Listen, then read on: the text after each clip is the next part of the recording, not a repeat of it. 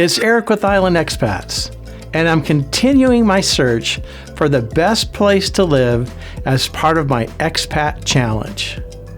After just completing the MAC 10 Island section of Cebu for this trip, I'm now focusing on the Cebu City area, near the Ayala Mall and the Cebu Business Park and the IT Business Parks, and I'm looking for the best place for an expat like me to live. So come along with me as I continue to look at various places and properties here in the Philippines with the intent to move here in just the next few months. I'm getting close. I'm probably within 60 days at this point. My goal is to bring you on this adventure with me as I go from island to island, city to city, and property to property, searching for the best place for an expat like me to live, and possibly for you to consider for the future. In this video, I will show you some of the units at the Marco Polo Residences, located here in Cebu City, with both rental and purchase prices, so you have a comparison of both. And just as a reminder, my home is sold and my stuff is now in storage, so I'm just about ready to leave the U.S. to pursue this new adventure. And this is where you come in. As part of this, what I call Expat Challenge, as I'm asking for your help to determine where I should move to and why I should choose that location. We're comparing it to my top 10 list, which I'll show you at the end of this video. And I want you to use the comment section of this video to guide me to the right place. I want to hear your thoughts of whether you think a particular location, property, city, etc. works for me. So a couple of things. Be sure to download the Grab app, which is basically the Philippine version of Uber, as it's a really easy way to get around the city. Don't bother renting a car or a scooter in Cebu City. There is a lot of traffic, and the Grab is very inexpensive, and typically you'll get to know a driver if you find someone you like, and they're more than willing to come back and just act like your personal driver. And that's what I did throughout this trip. Also, just keep in mind that rush hour traffic is pretty bad in Cebu City, and that runs from 4 to 7 p.m. So during that time, you either want to be at the mall or at your hotel or wherever that you want to be and not on the road. You know, overall, it's still pretty much a buyer's market here in Cebu City and also back in Manila, as sales have been relatively flat since about 2022, so the last 3 years or so, according to a realtor that I talked to. I guess there was a real run-up in pricing from the COVID period, so they really gave some incredible discounts as people didn't know what was going to happen next, and no one was buying condos. So the property values were really affordable at that time. And so those did buy around the COVID time period, saw some significant appreciation the last 3 or 4 years or so after COVID. And so now some of these owners of these condos are looking to kind of lock in their gains that they got. Now, for myself, I've looked very closely at possibly buying some of the condo units in these different properties because I'm a very much pro-property owner type guy. I look at it, at least in the U.S., as a long-term investment. But I really had some key learnings over the last several weeks that kind of changed my mind about that. And that's after getting detailed quotes on different units that maybe I thought I would buy. And really at this point, my personal opinion after doing all of the research is that it's better to rent and get to know an area first in the first place before you buy. But then also, the rental prices are just really affordable. And that gives you kind of the ultimate flexibility if for some reason something goes wrong and you need to change your location. Maybe there's a noisy neighbor singing karaoke at 2 o'clock in the morning. You never know. And if you rent, you've got a choice to kind of get out of that. Some places will go from month to month. Others will require at least a 6-month lease. Now, I've looked in detail at some of the condo purchase contracts, and I've studied this, and one of the things that was kind of eye-opening to me is that when you buy that particular property, they're going to throw a 12% VAT tax on top of the total value. And then sometimes, if you're transferring ownership from a previous owner, they're going to hit you with an additional 6% capital gains tax, even if there's not been a capital gain to report. So that can drive your tax up about 18%.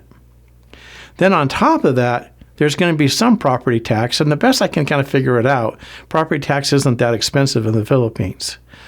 But on some of the condos, the homeowners associations are expensive. For example, when we were back in Mactan Island at Tambuli, which I really liked that complex, still one of my very favorites because it's right there on the ocean and it's more like a resort. But you're going to pay 200 pesos per square meter. And so for some of the units I was looking at, it was going to be between $200 and $300 US per month if I were to buy that unit. Whereas if you rent it, those association dues are already included in the price. I just want to mention that we now have an Island Expats Facebook page. So feel free to check us out as we do our best to post something each day related to the channel. You'll often see pics and short video clips ahead of time that will soon be released in the next video on the YouTube channel, just as part of the content that we're working on for the next episode. We do our best to keep the content in parallel with the channel, but with more detail so it makes sense and it's interesting to follow along. We'll also release each new video from the YouTube channel also on the Facebook page, so you have another way to access the videos. Feel free to drop us a message on Messenger if you'd like to say hello or comment on something. We're always available there. Please be sure to follow us here on our Facebook page. And thanks for supporting our Island Expats channel. A lot of those previous owners who got in last, let's say, 3 to 5 years ago, the prices were so much less that when they rent the units out, they include the $200 to $300 HOA fee, and you're not paying that on top of the rent. So my honest opinion is it's really better to rent in the Philippines than to buy, even though there's some pretty good deals in some locations, given kind of the market conditions in condos, especially in BGC and Makati. But the economics are just really in your favor to rent. And the rent is just much more affordable than the purchase price. For example, the rent at Marco Polo Residences for a one-bedroom averages about 30,000 pesos per month. I just had the list pulled from my contact there as I'm looking at different units. And I actually really like that particular complex. So let's take the 30,000 pesos per month as your rent. And for a U.S. exchange rate, it's come down a little bit, so let's use 56. So if I take 30,000 pesos per month, I divide it by 56, and the U.S. equivalent is $535 per month for rent. Pretty reasonable for a one-bedroom. They're not big, they're around 400 square feet, but it's very affordable. All right, let me use an example.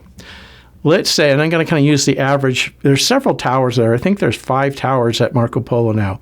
And it looks to me as each new tower is built, the amenities get better. So look at a newer tower, possibly, unless you're just really looking for the best price. Okay, let's use 44 square meters as the average for a one-bedroom unit at Marco Polo. And historically, over the last year or two, that's averaged around 5.3 million pesos for that unit. Now, a new tower is going to be more than that, all right? So this is just an example. If we divide that 5.3 million pesos divided by 56 to get the exchange rate for U.S. dollars, we're at $94,642. And again, I believe this price is probably a little bit low, right? The newer towers are going to be quite a bit more. Same thing back at Mactan Newtown or Tambuli, you're going to pay quite a bit more than that. But let's just use this as our example. All right, so let's say we buy it for that $94,000. Well, now we got to add the 12% VAT tax on top of it. Government gets their piece of it. and I'm going to estimate closing costs around 5%. So now you have to put a 17% adder on top of that $94,000. So your true cost of that unit is $110,731. All right, let's look at the break even of this. See economically if it makes sense to buy versus rent. So I'm going to take that $110,731 and I'm going to divide it by the rent that is current at $535 per month. And it takes 207 months to break even. Now, 207 months is the equivalent, just divide that by 12, and you get 17 years and 3 months. Now, I'm 61, right? So if I were to buy that condo, what am I looking at? I'd be 78 before I'd break even with that. So I'm doing the math right. This is the problem of doing live math in a video, right? They say don't do public math. But I think that's right. So I'd be 78 years old before I would break even. And that's without paying the homeowners association's fee, right? There's going to be some fee, $100 to $200 per month, probably less at Marco Polo. Tambuli was expensive. And then if you own the property, there might be, well, there will be a small property tax, which doesn't seem to be too expensive in the Philippines. And then, of course, since you're part of a homeowner association, condo association, there could be special assessments, right? And of course, we know from a practical level, rent will go up over time. But I'm just trying to give you what the current rent is in order to do this math. And you're basically looking at 17 years to break even, and you're locked down to a particular place, and you don't know who your neighbors are, et cetera. So it doesn't really work in your favor. In fact, my recommendation would be, and this is what I do with my retirement funds, is take that money that you would have invested in that condo and put it into high-quality individual stocks on the U.S. stock exchanges. And they've been averaging for the last 50 years somewhere between 8 to 10% on an annual return. It's not so important to time the market. It's more important of time in the market. In other words, it's better just to get in and buy than try to time it perfectly when you do that. And you'll get a much better return than you would in the appreciation like of this condo. So this is what I do. And again, this is a bit of a fight. I found a really nice unit that I liked. And it was a penthouse unit with an incredible view on the 22nd floor. It was a 180-degree panoramic view. And it was all I could do not to buy that unit. But the math just doesn't make sense to me. I'd rather be liquid, and I'd rather be able to go from place to place. What if after a year or two I want to leave Cebu City and go to Panglao? I liked Panglao. So we're going to talk about that in the next episode. That'll be the next update from Panglao. I was surprised. I like Bohol. Anyway, let's talk about the air quality a little bit as far as Cebu City goes. And I watched the monitors a bit each day to see kind of where it was. And as far as April goes, it was really good quality overall. I think it depends upon the time of the year. From what I understand, there's a trade wind that blows one direction for 6 months and then switches direction the other 6 months. So if the wind's blowing from the ocean towards the city, you're probably going to get great air quality. If it's going from the city towards the ocean, that might switch. All right, so it really depends upon the time of year. But overall, I would say the Cebu City air quality was okay. Definitely much better than Manila.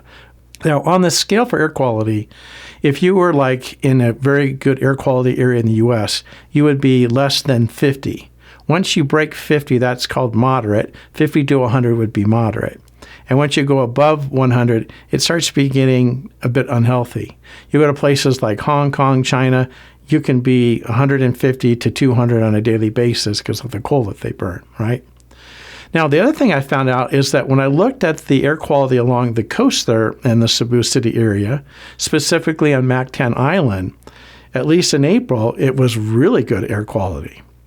So if that's something you're concerned about from a pollution standpoint, that's kind of what I found. For at least this time of year in the spring, the air quality was quite good. All right. I want to focus on the Marco Polo Residences and really give you some specific details. I like these residences because they're up on this hill overlooking the Cebu City area above the Ayala Mall, and not far from both the IT Business Park and the Cebu Business Park. And it's a very nice complex, and the amenities are pretty good. These condo residences, I think right now, from what I remember, there's about 5 towers. I think it's A through E. A being the oldest one, right? Then E being the newest one. And they're still building new towers. And what I notice is that the amenities are different between towers, and they tend to improve with the newer towers. It's the Marco Polo Residences, which are pretty close to the Ayala Mall, kind of just above that area in Cebu City. And the Marco Polo Residences, which are kind of up on a hill a little bit, they're not far from the IT park either. So if you're looking to go to either the business park or the IT park, if you're working there or your girlfriend or spouse is working there, maybe at a BPO, like a call center, then that might be something that you could consider. There are some call centers in Mactan, Newtown, but just a few. So the one thing I liked about Marco Polo is it has a separate hotel, a very nice hotel, nice pool area, restaurants. And it's just a short walk from the towers, which are the residences that you would rent or buy for the condos. And I think there's probably now 4 towers or so. They're building another one. Let me take a moment and kind of show you some of the units, which are mostly either a studio, a 1-bedroom, or a 2-bedroom unit. Okay, this is the 1-bedroom. As you can see, it's pretty tight as far as the square footage goes. The living room is more like a rectangle with a little bit of a balcony. It's a pretty small balcony. The view depends upon what floor that you're on and which direction, if you're facing the city or the mountains. But it had a decent bedroom here. I mean, it's still small. It comes with this built-in cabinet. A couple of shelves up above the bed. So not a lot of extra room. The studios and 1-bedrooms are quite small. Here's a little bit of a view looking down at the pool and towards the mountains a little bit, away from the ocean. Kind of a pretty area. And then going back through the unit here. There's the whole window shot, a couple of built-in shelves there. And that might be custom to each individual unit. Someone might have adjusted that. Here's the kitchen. I found it pretty efficient. There's a lot of storage space given the size of this kind of rectangular kitchen. But I found it very functional. And it was one of the few places that actually had gas burners instead of electric. Most places had electric. That's actually your washing machine right there. It's typically a Samsung. There's your refrigerator. Smaller, but... And here's a look at the bathroom. It's got an interesting shower fixture. This is what they do in different parts of Asia, where it's a combination of a shower head and a faucet. And then back to the just overall look of the living room. This one actually was decorated fairly well compared to a lot of the others. And some additional shelves they added in a little desk. Here's the 2-bedroom. 57,000 pesos per month, so it's not cheap. Had a bigger living room area kind of in between the rooms. The curtains were pulled because it was the afternoon. It's on the west. Here's one of the bedrooms. Like they had an extra mattress there, but that's the size you have there. Just enough room to have a little desk, but also a little bit of a window and then the cabinet. There's really just enough space in here for your clothes. Here's another look at the living room. And just enough area there for a table for 4. And then here's the bathroom. And then coming into the kitchen. I actually thought the kitchen was kind of awkward for a bigger 2-bedroom unit. I did not think they did a good job utilizing the space. This is an extra room here for storage. Some people will have actually a maid stay there too. And the amenities really do vary from tower to tower. They're not the same. All of them include a pool and a gym of some sort, but then they have varying options depending upon the tower. So for example, in one of the towers, there was actually, in the amenities area, there was a separate movie room that you could reserve it, bring in your friends or family, and it's kind of got that theater seating, really comfortable big seats, and then you can bring up your Netflix and watch whatever you want to watch. So that was an amenity that I saw in one of the towers, but not in all the towers. And then another newer tower actually had a common workspace area, which I thought was kind of cool. So for those of you that are working from home or just want to get out of your unit for a little while, there's kind of a common area space that they made it, very connected, as far as having electrical outlets and anything else that you need. So I thought that was kind of a unique attribute there, and that was the newest tower. Here's some of the purchase prices. For a studio, if you wanted to buy it, you're looking at some pretty small studios on the beginning side of that, which would be 22 square meters, which is only 237 square feet, which, goodness gracious, that's only a room that's like 10 by 20, right? So that's pretty small. But if you do the kind of standard size studio, you're looking at closer to 409 square feet. And from a purchase price standpoint, we're talking between 3.5 to 5.4 million pesos, which, as you can see, is between 62,000 and 96,000 US. If you want to rent the same unit, they seem to start around 25,000 to 30,000 for a studio per month. And so that kind of gets you between about, 450 and 535. For a one-bedroom, if you want to purchase that, you're looking at between 40 and 44 square meters on average. So between 430 and 473 square feet. That's going to set you back just about 5 million pesos. That's going to put you in the range between about 85,000 to 95,000 US. That same unit rents for just 30 to 32,000 pesos per month. And, that's pretty inexpensive at 535 to 571. So, based upon this math, it would be a lot less expensive to rent than to buy. For the two-bedroom, you're looking at between 88 square meters and 100 square meters, or basically roughly between 950 square feet to 1,086. And you're looking at roughly, in the range between 9.5 and 10.5 million pesos, which is going to set you back between roughly 170,000 to 193,000 US. Again, you can rent that unit at 65,000 to 85,000 pesos per month, which is going to get you to 1,160 to about $1,500 per month. I'm kind of surprised at how much more expensive the two-bedroom is versus the one-bedroom. And if you look at kind of what they rent for, they rent like the price per square meter is more in the larger unit. They do have 3 bedrooms also. I didn't see any for rent. They tend to be more on the penthouse type properties at the top. And let's take a look at what the prices are there, which are pretty high. So to purchase a 3-bedroom, you're looking at 90 to 98 square meters on average. Those would be the standard units.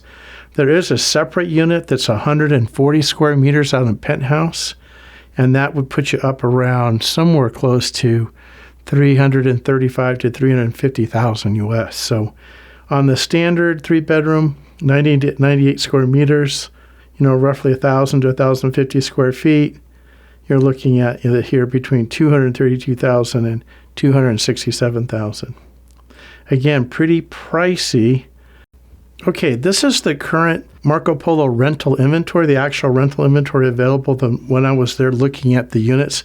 This may not be all of it, but this was, as of today, May 14th, when I'm making this video, I got an update from the property management.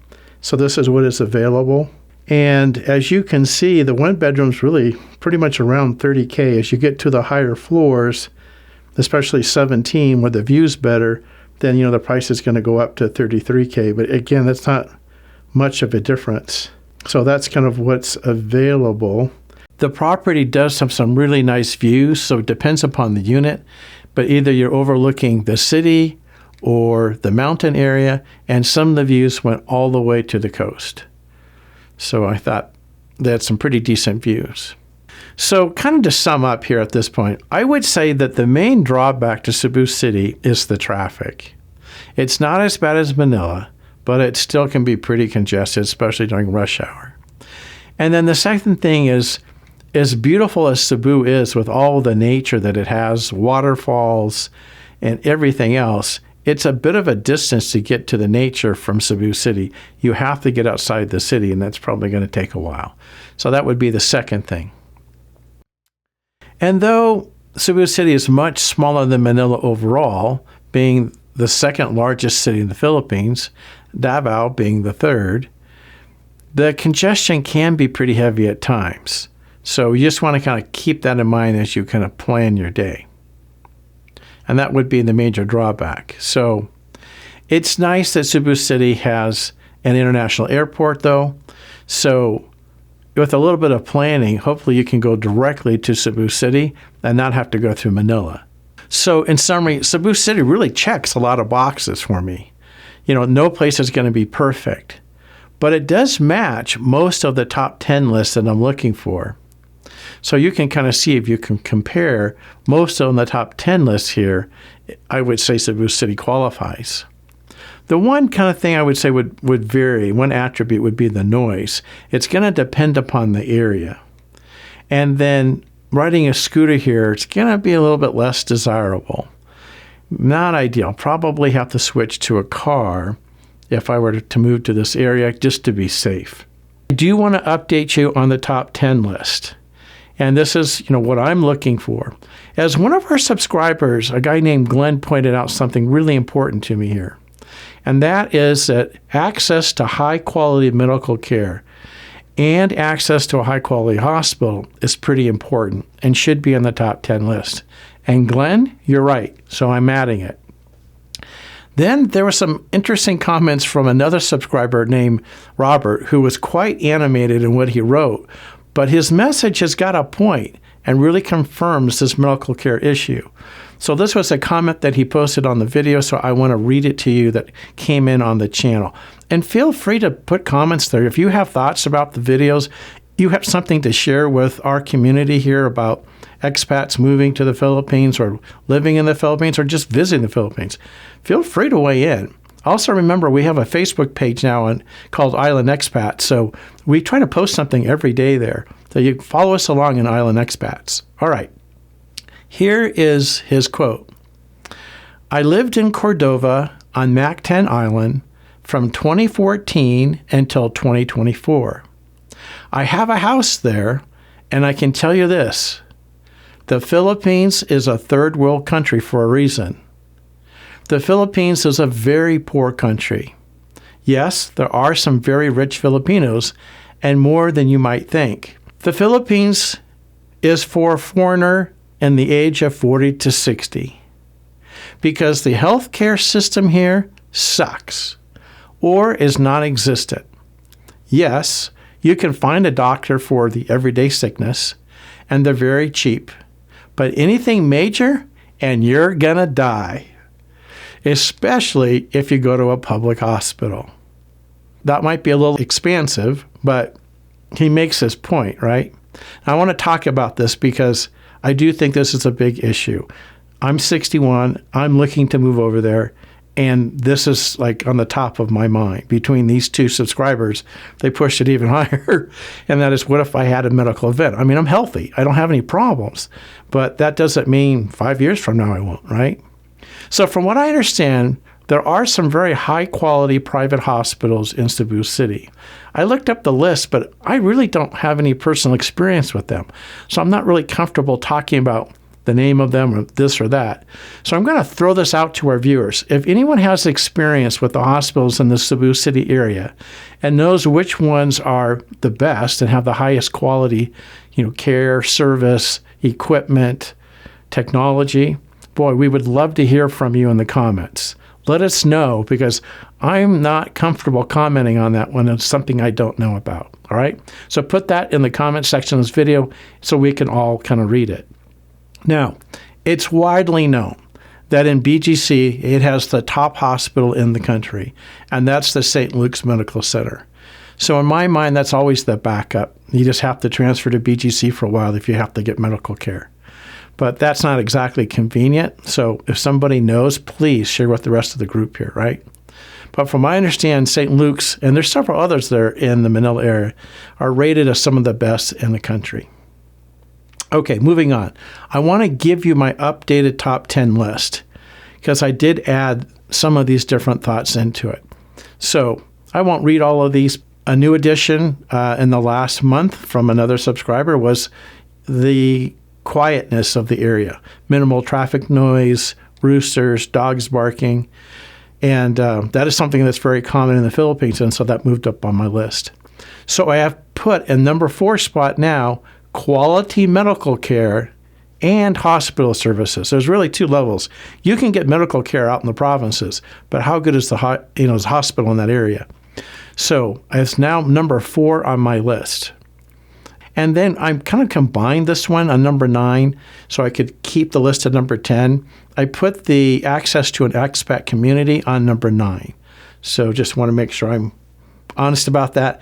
I wasn't going to make it number 11. I actually aggregated it here. So number 9 is low crime area, sensitive community, and an access to an expat community. Not a have to, but I think that would be nice. All right, and then number 10 was more about exposure to typhoons and flooding, that type of thing. So please let me know in the comments what you think of the Cebu City area as a final destination for an expat like me, or possibly you, and how well that fits with our top 10 list. Does it check most of the boxes? That's kind of what we're looking for. That's going to do it for this Cebu City episode. And look for my next update after visiting the Panglao area of Bohol, which is going to be the next stop on this trip for next week's video. And I'll tell you, I liked Bohol a lot. There's a lot of beautiful nature there. It's very much wide open, very safe to ride a scooter. The only really busy city is Tagbilaran, and that's both where the port is and the main kind of part of the city. So you take a ferry from Cebu City typically instead of flying. You can fly from Manila. There are flights into Panglao. It's a smaller airport. Okay, but anyway, we're going to focus on that, and I really liked Bohol. So it'll be an interesting video for next week. Well, be sure to like and subscribe so others can read your thoughts when you put the comments down, right? So that's important so we can all see who it is and share your thoughts, and people can reply back to you. And if you leave a comment, I do my best to respond to every single one of them, all right? So it should be an interesting conversation as we're kind of looking for some feedback here, especially around the medical services in Cebu City and the hospital. So please weigh in there and let me know your thoughts, right? And then if you want to be notified for the next video, because this is a series, all you got to do is hit the notifications button, and then YouTube will notify you that it's coming out, right? Well, that's going to do it for this week. Thanks for watching, and I'll see you in the next update from Panglao.